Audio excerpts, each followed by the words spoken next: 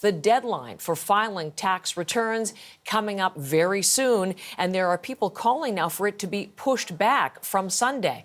Let's bring in Linda Ward, who's looking into this story for us. Linda, as I said, people scrambling to get their tax returns in on time, finding they need help, having difficulty getting that help. What is the push to push beyond Sunday, April the 30th? Well, Heather, there's a new online petition that is calling for that due date to be extended beyond April 30th. This is from an Ontario-based online accounting website, ZenBooks. They say the Canada Revenue Agency needs to push that deadline back because the PSAC strike is making it very difficult for people to do their taxes. They say they're not able to get support. If they call in, they're on hold for a long time. They're not able to ask questions, and they say that this is affecting the most low-income Canadians the most because, of course, they are the people that don't have a team of accountants behind them to help them in this tax filing, getting those taxes done on time. Now, the Canada Revenue Agency has said that despite this ongoing strike, that Canadians do still need to get their taxes in on time, that they can file them on paper or electronically, that they need to have any monies owing submitted by May 1st, that deadline.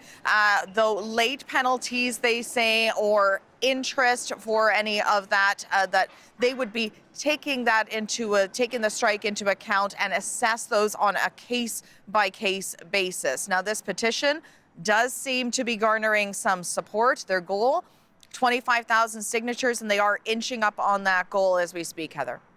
And when you look at the responses online, you get some really colorful comments as well. What are we hearing from Canadians on this, Linda?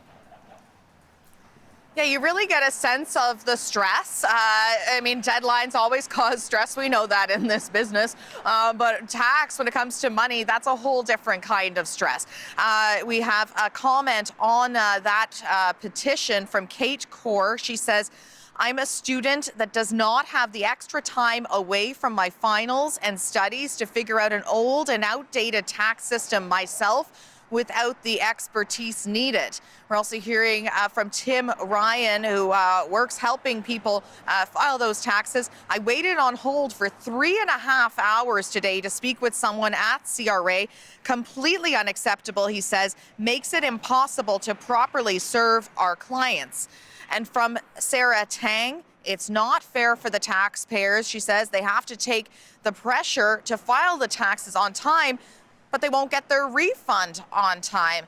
And Patricia Bolak commenting on just, how difficult it is for Canadians to make ends meet in this current economic climate. She says we should get a reprieve. We cannot get groceries, gasoline, clothing for our kids, but you need the taxes. So yeah, some of the stress coming through there. And of course, also the added challenge for a lot of Canadians, particularly seniors and parents, is that some of the benefits that they receive are, of course, based on those tax returns. So even looking ahead, there's some stress there about what that's going to mean for them down the line, Heather.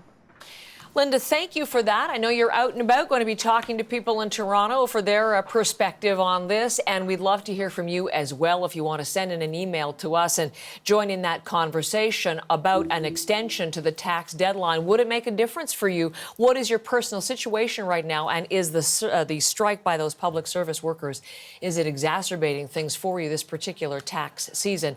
We'll talk more about that through the morning. You can email us anytime, morninglive@cbc.ca.